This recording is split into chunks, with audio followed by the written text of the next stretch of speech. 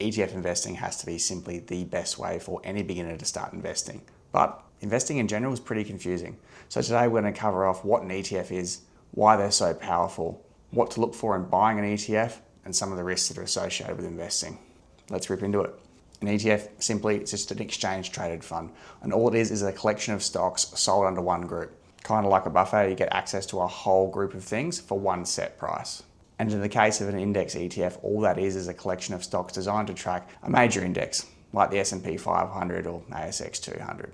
Now, index fund ETFs are powerful for four key reasons. Firstly, they give you access to the best stocks.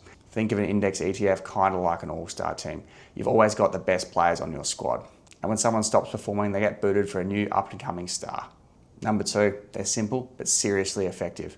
Research conducted by Stockpot showed that 90% of actively managed funds failed to outperform an index fund over the long term. And this is the actual magic. It means that anyone can invest and outperform someone whose actual job is to study investing. And if you think about that, it's kind of crazy. Number three, they're cheap. The fees on some ETFs can be as low as 0.03% or $3 for every $1,000 you have invested. That means for less than a cup of coffee per year, you can kick the ass of some finance bro in a puffer jacket.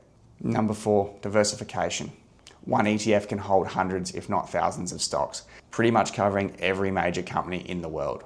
So what's the best way to invest in an index fund? Consistently. That means buying regularly over the long term. And just to illustrate how powerful this is, if you put $1,000 into the S&P 500 every month for the last 30 years, you'd have well over $2 million. And this is the real trick. It's being consistent over the long term. Nobody knows what the market's going to do tomorrow, but everyone has an opinion on it. But if you can ignore that noise and invest over the long term, you're going to get those compounding growth and you're going to make an absolute stack of money. So how do you choose an ETF? Well, don't make it harder than it needs to be. Find an ETF that's well diversified, has low fees, and is offered by a quality provider. The likes of Vanguard, BetaShares, etc. are all pretty popular here in Australia. And don't get caught up to thinking you need 7 of these things. Legitimately, 1 or 2 will be absolutely fine, and you're still going to outperform 90% of people that literally do this for a living. All sounds terrific, doesn't it? Well, tons of people lose money investing, so it's important that we cover the risks. The key risk is market crashes happen. Investing isn't this linear line where your money just goes up and up and up. Now, it does do that over the long term, but short term, it can be quite choppy. Remember COVID, GFC, even old mate Trump shenanigans? All of that stuff causes havoc with the markets. And for new investors, this is where you risk losing money.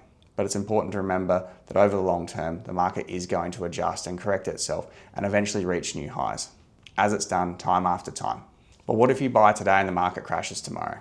Well, you're pretty unlucky, and frankly, that's a bit shit. But if you follow these 3 principles, you're going to be just fine and you're going to end up making a lot of money. Firstly, don't invest money that you expect to need the next 7 to 10 years. Index fund investing, it's a long-term game. You need to be prepared to buy and hold through all the uncertain times and avoid all the noise. In the pandemic, for example, I was losing thousands of dollars a day, but I didn't sell those positions and they're now all worth significantly more than I paid for them. And this was a lot easier to do because I didn't have an immediate need for that money. Number 2, don't panic. But as an investor, once you go through your first crash or your first correction, it does get easier. And you have to remember that the market always corrects itself over the long term, regardless of what's happened. Sometimes it just takes a minute to get there.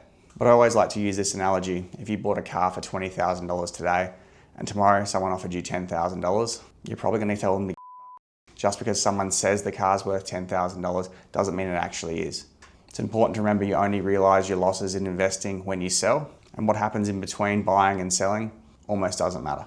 And lastly, avoid FOMO and be ready to invest. If you've got credit card debt, personal loans, all that high interest crap, the interest on some of those products can be north of 20%. You need to sort all that out before you start investing. You also need to make sure you've got a reasonable savings buffer. So if does hit the fan, you're not forced to sell your investments at the worst time and lock in losses. I hope you found that helpful. Best of luck in your investing journey, and I'll see you in the next one.